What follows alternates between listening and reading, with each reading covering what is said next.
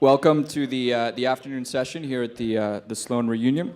My name is Alexander Lukopoulos, and I'm an '05 MBA student. It's fantastic to see so many '05s here and so many of the other people from the other classes celebrating Sloan, as well as celebrating each other, which is one of the reasons we're here today. So today is my great privilege to introduce to you Antonio Galloni.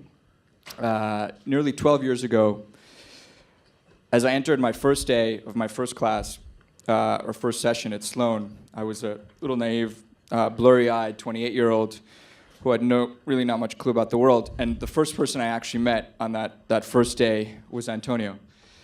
So as Antonio introduced himself to me as somebody who was raised in Venezuela, spoke 5-6 languages, was a professional opera singer, was a musician, and most recently, before business school, he had a stint as an expat living in Italy. I had 3 distinct thoughts go through my mind. The first one was, wow, really, Rod Garcia did a great job recruiting my classmates. The second one was, thankfully, I'm not the only person here at Sloan who hasn't taken math class since high school. And the last one, which really shocked me, was, I'm going to be great friends with this guy, but I really hope to God he's not on my core team, because the next thing I know, I'm going to get back on a plane and living, selling ferry tickets out of Athens for the rest of my life. So long and behold, as fate would have it, I was actually put on the same core team with Antonio that first day. And what followed was many, many sleepless nights learning how to add, a lot of heavy lifting done by our other core team members, many of whom are in this room and also here today. So thank you for that. And the beginning of a really strong education in business, as well as, for me, a very strong education in wine. So during that time at Sloan, as many of our classmates were going on treks and trips, I would see and notice that Antonio would get on a plane, go to Italy and look at vineyards and come back and write about them. As other students were doing problem sets and analyzing different things, he was analyzing vintages, regions, and Italian wine producers. And the most shocking thing of all that I saw him do was, as the rest of us were drinking nice wine or drinking wine, he would not only be drinking the wine, but he would also be spitting the wine, which informs much of the conversation later. So with him and being around him, dinners became history lessons in wine, in regions of the world, and the rest of the things that really wine evokes. So it was really during this period that the Piemonte report, which is the predecessor to Venice, was actually born. And given Antonio's endless passion and work ethic, it's pretty remarkable that the Piemonte report went on to become one of the world's leading publications of Italian wine, and thus began the storied career of one of the world's and current greatest wine critics, and also the predecessor to Venice Media, which we'll hear about in a second. Today, Antonio is one of the most internationally recognized and one of the top authorities and opinion leaders in the world of wine. He is the face of a new generation of wine and media leaders, and he's a regular columnist at Forbes, as well as Bloomberg TV, among many other media companies. Through his company, Venice Media, he has rejuvenated a staid and stagnant world of wine publishing, and frankly, is just getting started. So Antonio is here with us today to discuss Venice as it's reshaping the wine world, while aiming to deliver value to consumers and trade alike, and along the entire spectrum, whether you're a trade connoisseur or a neophyte in the world of wine. So please join me in welcoming the only person that gets treated as a rock star in any restaurant that has a wine list, a Sloan entrepreneur, and my very good friend Antonio. So thank you.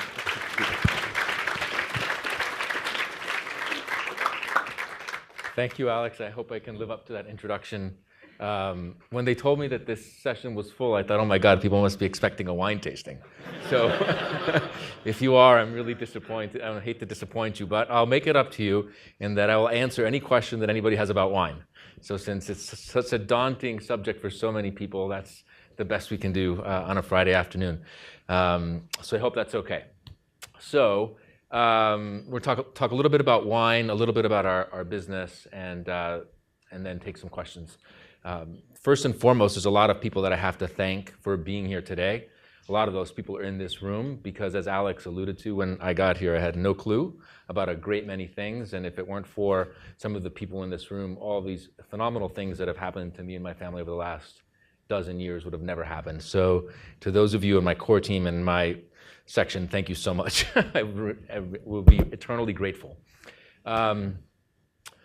So I thought it might be interesting to show you how clueless I was. I'll tell you a little bit about where I came before here and how this business really started at MIT. I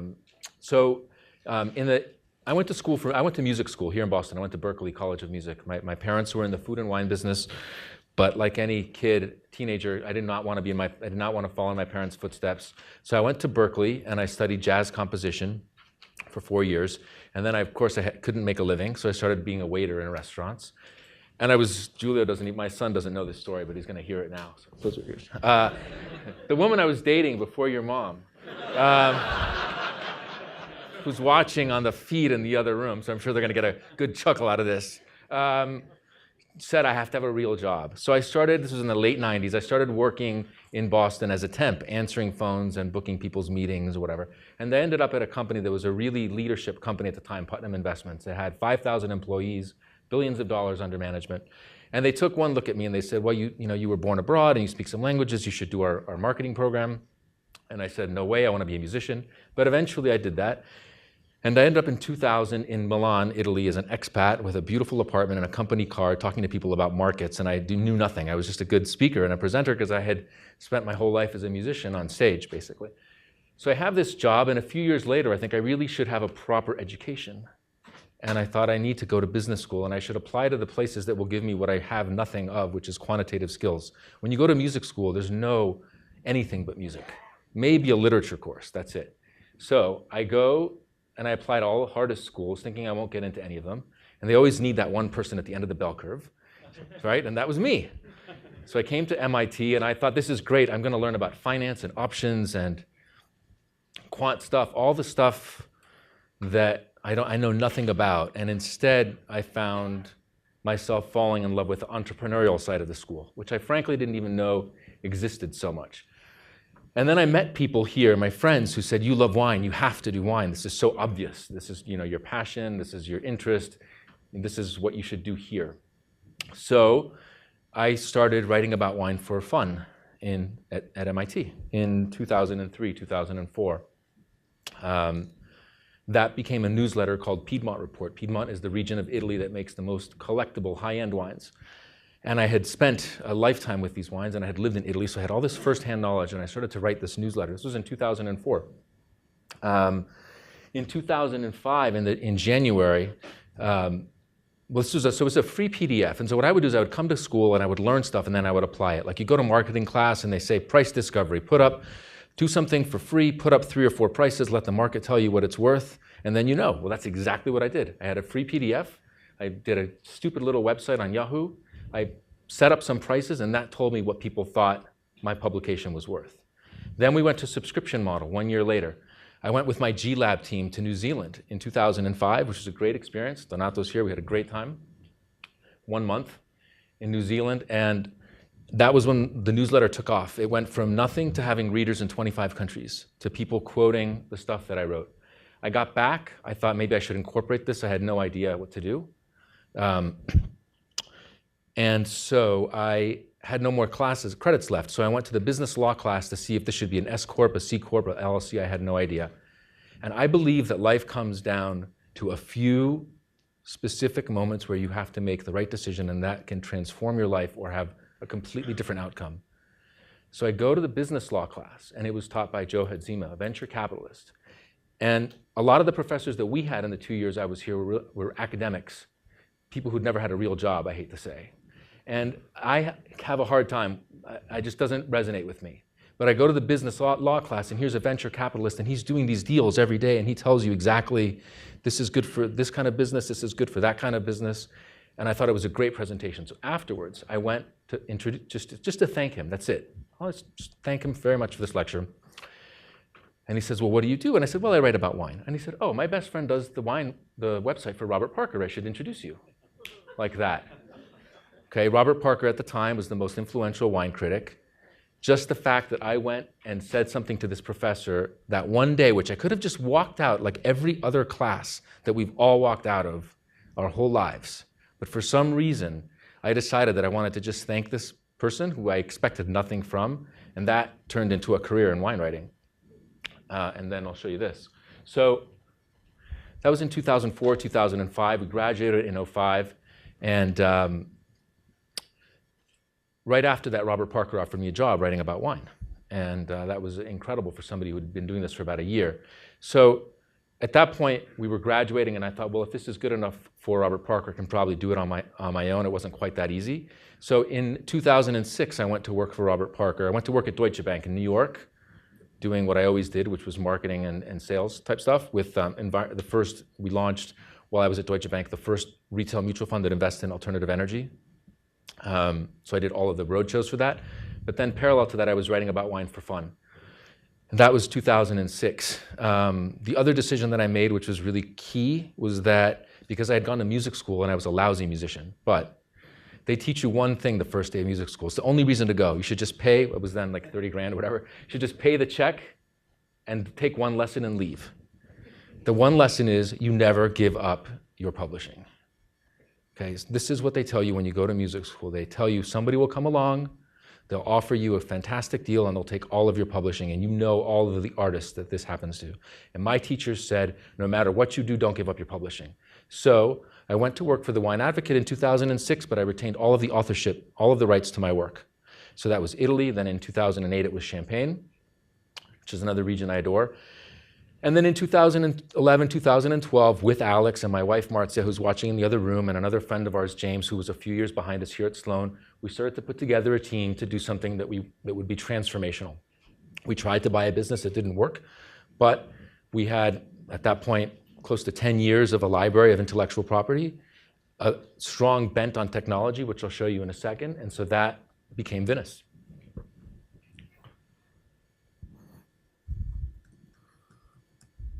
We launched Venice in 2013.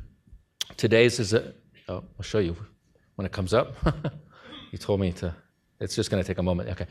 We launched Venice in 2013. Today we have customers in 80 countries around the world, reading, learning, and sharing experiences about wine. We review wine professionally, but there's an enormous amount of user-generated content on this site as well. I'll show you in a second. And so that is the heart of what Venice is. The seminar is about disruption and technology and wine, so I promised to get there. So this site completely changes everything about what wine publishing used to be about. These staid publications where the person talks to you from up here and we're all down here. Venice speaks to people across the table. We publish something every day. I grew up in the era of MTV and ESPN and stuff like that, and CNN is on all the time, Bloomberg, and I probably have ADD. If it was, I'm too old to officially have it, but I probably have it, and therefore I need stuff on all the time. And so we created Venice to be on all the time. So we publish 5 days a week. We've got stuff happening 5 days a week, and readers from all over the world dialing in. So mostly this is a publication that reviews the world's great wines. So today, for example, we just published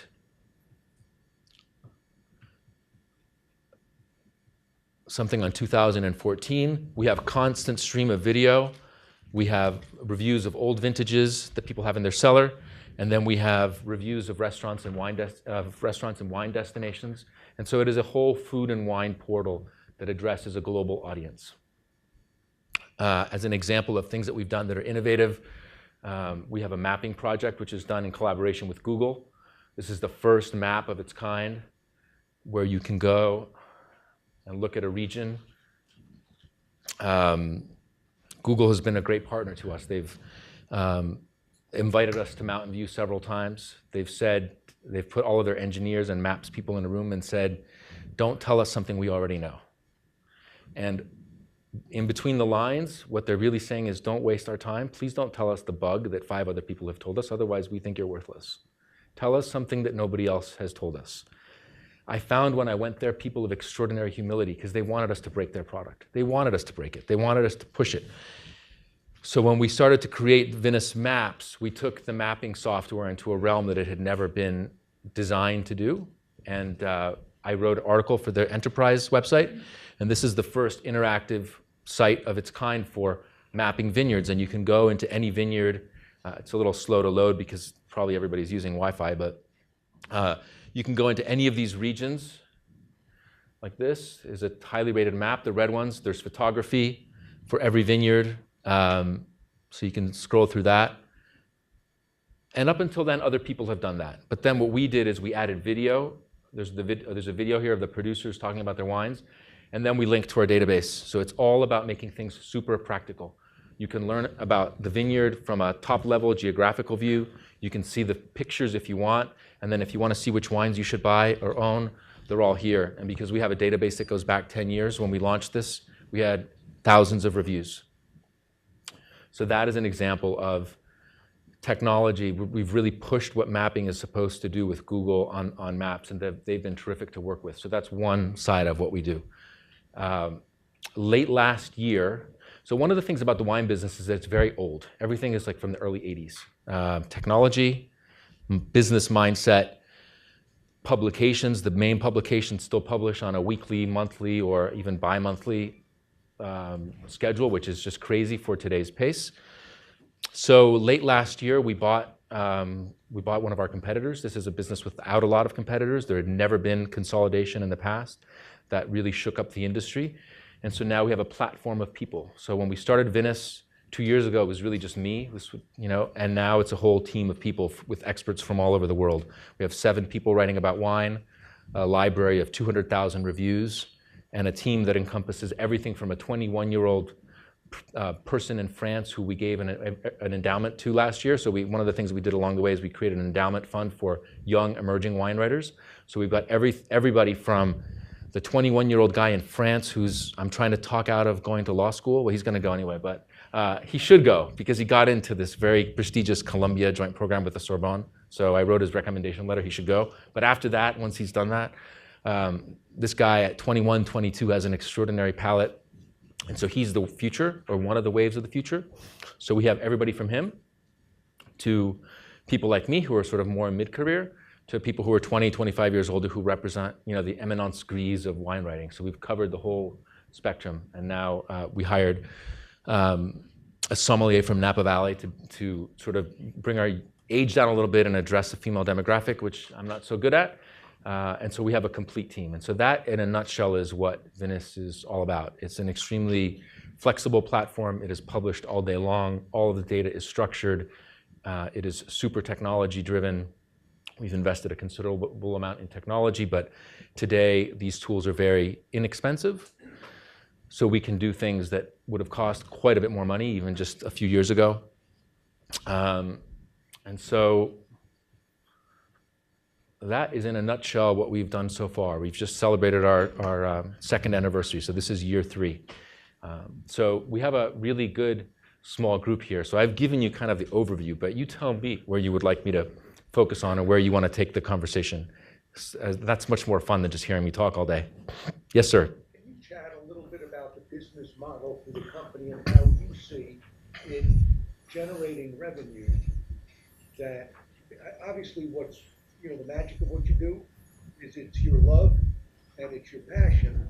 And my philosophy on making money is it ought to be a byproduct of doing that. So chat with us about Okay, so the question is the business model, and how are we monetizing this? So one of the things that's even though this may look very beautiful and everything else, and hopefully is, this is a real business with existing strong and highly predictable cash flows.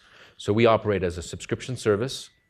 One of the things that we did at the very beginning is tier the subscriptions that we offer. You may laugh at me, but this is something that had never been done before. So we said, okay, we've got a basic annual subscription.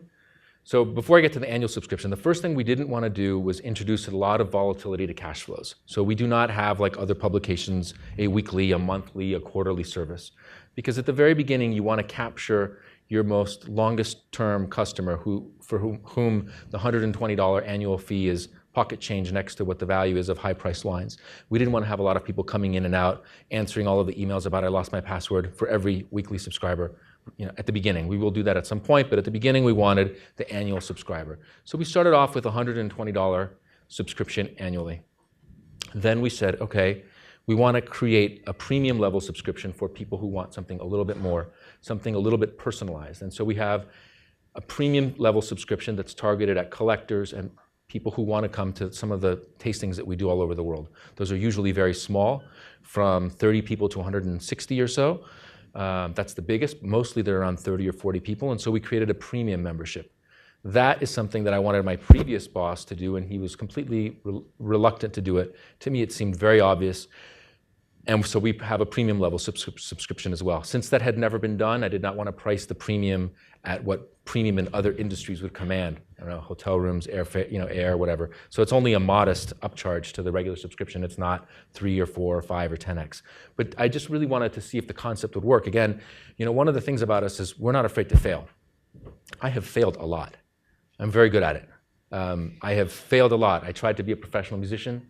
I've auditioned at the best schools all over the world. I know what it's like to turn down at a lot of places. I've made major mistakes in every corporate job I've ever had. And I'm also not afraid to fail because when I left the Wine Advocate, I took a massive risk. My wife and I worked together there 7 years. We had 2 very good salaries, 2 kids, no family money. We didn't even own a house. We left because I knew deep in my heart that it was the right decision to do. It was one of those forks in the road, but we risked everything to do this.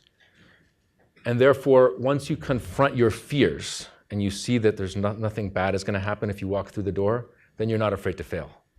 So so a lot of this story is about confronting your biggest fear, the fear of failure. And I've failed a lot. And all of those failures have been really good learning experiences. So I said, we're going to do the premium subscription, and if it doesn't work, c'est la vie. And so we've proven that that concept works.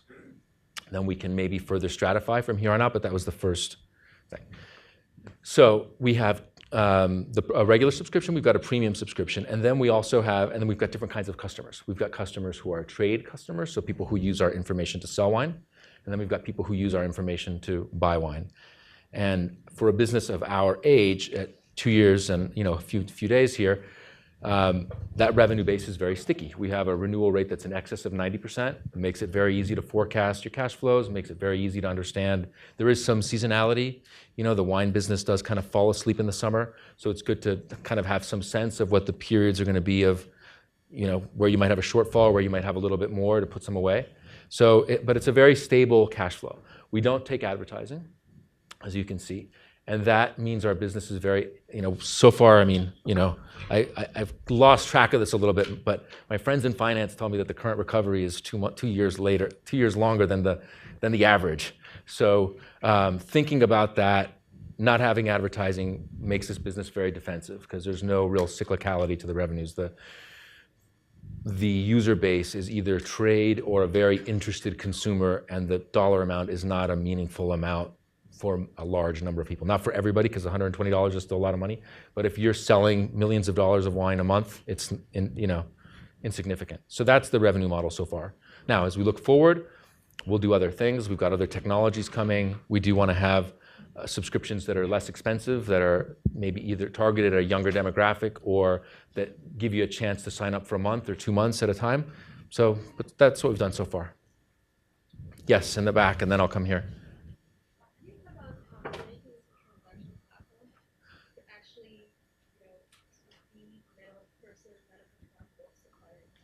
Okay, so the question is, will we look at transactions? So one of the things about us is our business has one asset. That asset is credibility. The idea that you can taste the wine impartially, regardless of whether it costs $10 or $800. We review wines on Venice that go from new release wines where there's no appreciation from the market. The least expensive is probably around $10. The most expensive is around $3,000 a bottle. Okay? And people like me are asked to be completely impartial about the perceived pedigree or price of a wine. So we must at all times seek to protect our biggest asset, which is our impartiality. The minute you start to get into the business of wine, it becomes very tricky, especially the transactional part of wine. Because I don't really care if you decide tonight with dinner that you want to have a Chianti or a Napa Valley Cabernet or a Sonoma Coast Pinot, it makes no difference to me. If we can help you, then we've added value, and if we haven't, then we haven't. So the transactional piece is very, very hard, especially for what we want to do. I think there's a lot of other streams to participate in. Now, what might be interesting transactionally is more peer-to-peer, which means you've got 6 bottles of something and I've got 6 bottles of something else, and maybe we can find a way to trade. There's a lot of interstate regulatory requirements around that, and it's not our core business. So I would say it's on a back burner at some point. We may look at it, but for now we're focused really on media information and data. Yes. Well, there was a gentleman in the middle, and then I'll come back. Yeah. Sure. So I'm interested in your first 180 days when you launched this. How did you have this organic growth of users coming to the platform? And there's a selfish reason behind this question. I'm sort of launching a platform and Not in wine, I hope. Not in wine. Okay. Yeah, not wine. No, it's okay. But really interested in knowing how do you draw in traffic, especially on the platform where you have the content and find the right users. Okay, so there's a couple of reasons why I wanted to why I like to publish every day. Yes, I want to be in contact with our customers every day, but I also want to give you a reason to be our customer every day.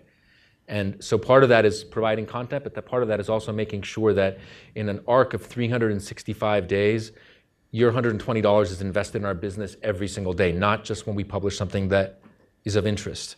And so when I worked at my previous job at the Wine Advocate, we published once every 2 months. And every now and then somebody would say, there's just nothing for me in this issue. Oh, God, that would break my heart. Because when you publish every 2 months, it means that customer has to wait another 2 months possibly to have something that interests them, but without any guarantee. And I thought that was just really dropping the ball. You're not really providing any value.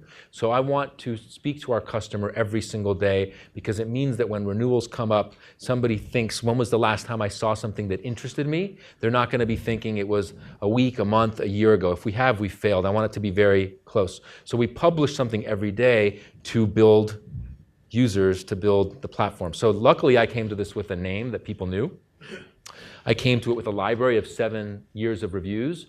So if you didn't know anything in 2013 and you turned on this website, you'd say, and you loved wine, you'd say, hey, where has this thing been? This thing has reviews back to 2004. How come I've never heard of it? So we started with a big advantage. A lot of times people like to say that we're a startup business. And I said, no, we're not. We're not a startup business at all. 2 years ago, we started off with a brand, which was back then it was my brand. We started off with content, and that's what enabled us to hit the ground running. And then we publish all the time. So you can't, if you love wine, you know that Venice is out there. On top of that, we communicate with our customers continually. We have updates via email, and you can see, we monitor everything on our website. We know exactly where the traffic is coming from. We know exactly what time of the day people are watching. We know if you're on mobile or on PC platform.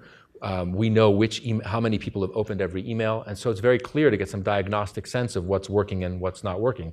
We also remind people of stuff when it's coming out, and you're going to laugh at me, but our competitors don't do that. Our competitors are not talking to their customers every day. They're not dialoguing every day. And so we want this bond. The computer screen is hard to see there, but there's a Venice with an O, and that O is 2 circles. We hired a professional artist to do our logo. That O, those 2 circles are not a wine stain. It's meant to signify a linkage between us and our customers. We love our customers. We want to be very close to our customers. And so the first 180 days was publish, publish, publish, and be out there, be out there, be out there. And I did quite a bit of media and things. I don't remember if it was day 180 or day 220, but at the beginning, a lot of just outreach to make sure that people knew that this was out there. This gentleman here, and then we'll go in the back. What thought have you given to expanding your content to new geographies like mainland China or developing wine markets? So the question is, how much have we thought about developing our content to China and other countries in mainland Asia? So Asia is obviously huge. Each country is its own, not even market, it's its set of markets. One of the things that characterizes Asia for wine is that, I'm just going to make sure this doesn't fall asleep. Okay, all right, we're good for a few minutes. The distribution of wine is very fragmented. So We provide a service of value. We say, this is not a good example of this article right now because it's an article of wines that are in the barrel. They haven't been released yet. This is our article on rosés of Italy, which was written by one of our writers, Ian D'Agata. When we put out an article like this that says these are the best rosés in Italy, people then use that information to either sell wine or to buy wine. In a lot of these Asian countries, the distribution of wine is very fragmented, which means that if the wine isn't there, your investment in making the information available has zero value. Zero is too big a number, but it's minimal because fine, so you've just given me this fantastic article and I can't buy the wines. So why? So that's the biggest issue. On top of that, as exciting as it is to think about going after those markets, and we will, our first couple of years have really been focused on cementing our presence in the United States. The United States is the single largest market for wine in the world, okay? On a per capita basis, though, that's in value, okay? But on a per capita basis, we're still 1/4 of developed Europe. So there's obviously a tremendous room to grow. Wine sales as a gross number have gone up every year for the last 10 or 12 years, including through 2008 and 2009. Basically, wine sales stayed the same, but the average price of what people were drinking went down. So people who were feeling like they needed a little more sustenance. So I guess instead of a $25 bottle, people were buying two $12.50 bottles, but you get the drift. The gross sales of wine increased even through 2008 and 2009. So you're in a country here with tremendous amount of untapped market. Now, I live in New York. I went to school here. My perception of America is warped. I think it's the East Coast and the West Coast, but we know that that's not true. We have a client in Atlanta that I go and do a tasting for every year. And last year, they gave me a private client. This is a company, corporate client. They gave me a budget for wine that I couldn't spend. It was very high, okay? Of wines that they were going to drink, not for me, but okay. Then I went there, 50 people, in Atlanta. I walked in there, these people knew everything about me because they had read whatever had been circulated. And as I'm talking to these people, I think, my God, this is exactly our demographic. These people have passion, they're interested, they want to learn, and it's not New York, and it's not San Francisco, and it's not LA. So before I think about going to take an airplane, 12 or 14 hours, across the world to provide information that has limited value today, it won't always be that way. I want to make sure that we're very strong right here, and we're not going to neglect the U.S. market. I think it's really important. For the first time, the sales of wine in this country equal the sales of beer. This is a huge growth market right here. And so that is something that we will tackle, probably in partnership, but it's in our, call it 5-year plan, not in our next, 12-month plan. There was a question in the back. And then, yeah. And there's a very way in which you wanted to rate the wines. You mentioned, I think, a lot of people, maybe even your users commenting. How do you sort of see the editorial style of your site in terms of helping people get a consistent view? At the same time, you sound like you're reading a lot of other people who contribute these opinions. Yeah, so the question is really about professional content versus user-generated content, and that is in a nutshell. And that has been a dilemma in the wine business for a while. So the guy that I worked for, Robert Parker, he was in that era where there was, that expert, that guru, and then everybody was down here and you just sort of had to listen to what the experts say. But today the world is much more flat. I mean, you can get anybody's cell phone or email that you want. Bob is of a different generation, a much more hierarchical generation. I have customers, friends, consumers, our subscribers who will think nothing about drinking a bottle of Montrachet or Cristal, which are among the most prized wines in the world, like most of us might drink a bottled water. $3,000, $4,000 a bottle, no problem. I have customers who can teach me more about specific wines than I know, and who will, luckily, they'll open a lot of fabulous things for me to drink as well. So you have to have a lot of humility. Probably 25 years ago, there weren't that many people who possessed knowledge, and perhaps you didn't need to be so humble. Today, you have to be very humble. So one of the things that one of my bosses in finance told me, who also owns a winery, which I don't review. He said, don't forget that for any single wine, there's somebody out there that knows a lot more than you do. and I've never forgotten that. It's one of my bosses at Deutsche Bank. So for any single wine, there's somebody out there who knows much more than me. But my value is that I will go to any region and taste everything. And there's only a few people who can do that. So how do we deal with this? So 2 ways. So we publish reviews of existing wines. Then I will go back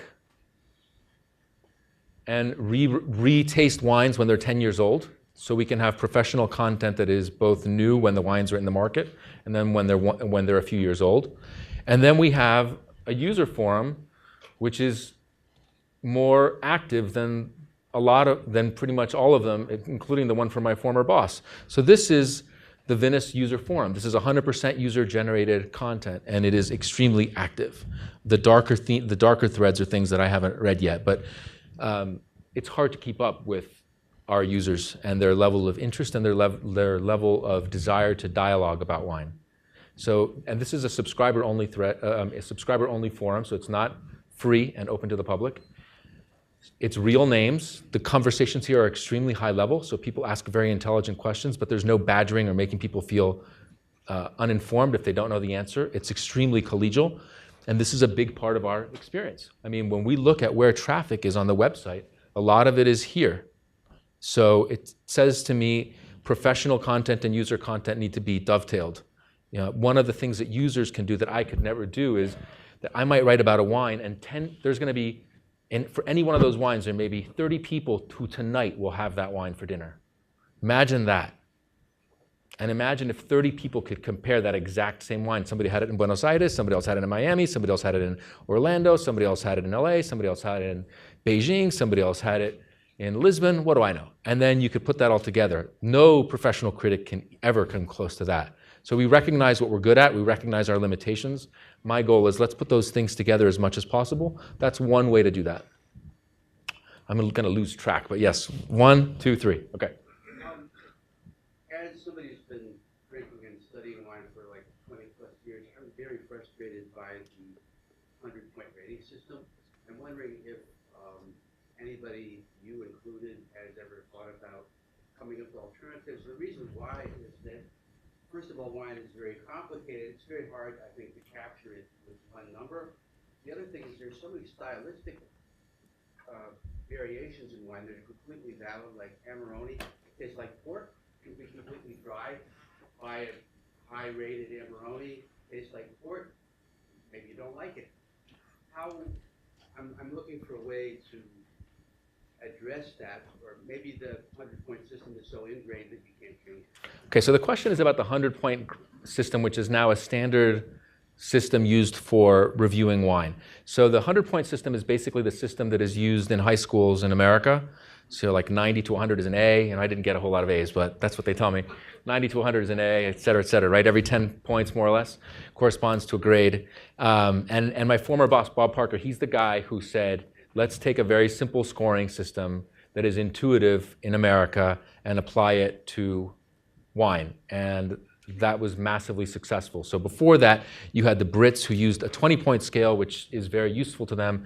But if I said 17.5 or 16, that's very hard to grasp. If I say 75 and 95, I think people here get a sense of which one is better. So Bob that was a stroke of genius on his part. He did this 100-point scale for wine, so took a high school grading system, applied it to wine, and that thing just took off. It was very easy, easy for people to understand. It was the late 70s, early 80s, the beginning of the bull market, the largest period of economic expansion in the United States. And it was a massive wave. And then other people followed.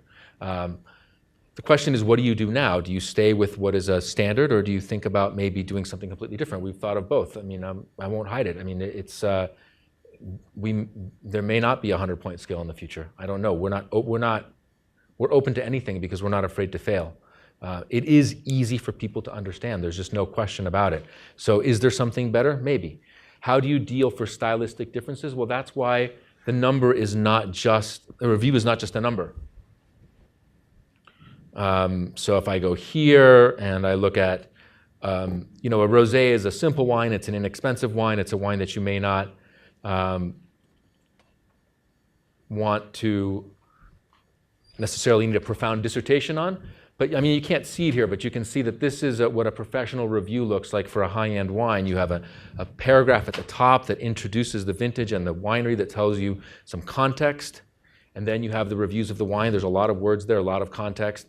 What I do is like what a sell-side analyst does when you go meet a management. You talk to the CFO, you talk to the CEO, you look at the books, you ask questions, and then you come up with that. This is basically proprietary research on wine. It's the exact same thing that a buy-side analyst does. This is exactly the kind of work that an analyst does looking at a company in wine, distilled into some piece of advice. Now, one of these wines has a 100-point score. That's very high, but there's a lot of things that have gone into creating what looks like a simple number. So hopefully people look at the number, but they also read the note, and then that tells you if that's something that you're going to like or not. It's an area where we can certainly do better, as can our peers. So we're not there yet, but I share your same frustration. Then there was a question. Where was the next question? One more left? Okay, we'll take the rest after. The gentleman in the purple shirt. Are there ways of monetizing the user-generated content besides just generating the traffic? Well, I think that there are, but I don't know how much I can tell you.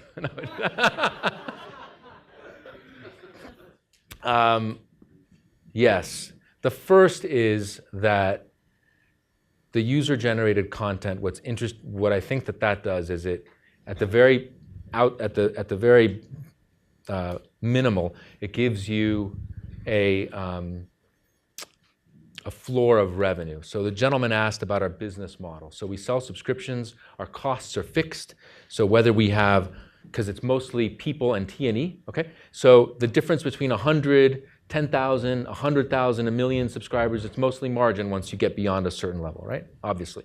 So the user-generated content is very important because it lets you build that floor, and when you have a 90% plus renewal rate, it's very helpful to kind of project out. So that's, I think, pretty good just to start. And then you think about, yes, what are the ways that we can take that content and use it to monetize it? But just knowing what people's interest is also guides your future choices. So it's not just the user-generated content that you have today, but it's the choices you make in the future on how people are behaving today. And then you have things that are maybe a little bit more technical, more quant-driven, and more purely financial ways of exploiting that. I hope that you might invite me back in a few years, and then I could share with you where that conversation has led. But today, it's kind of top secret. Thank you very much. It was a real pleasure.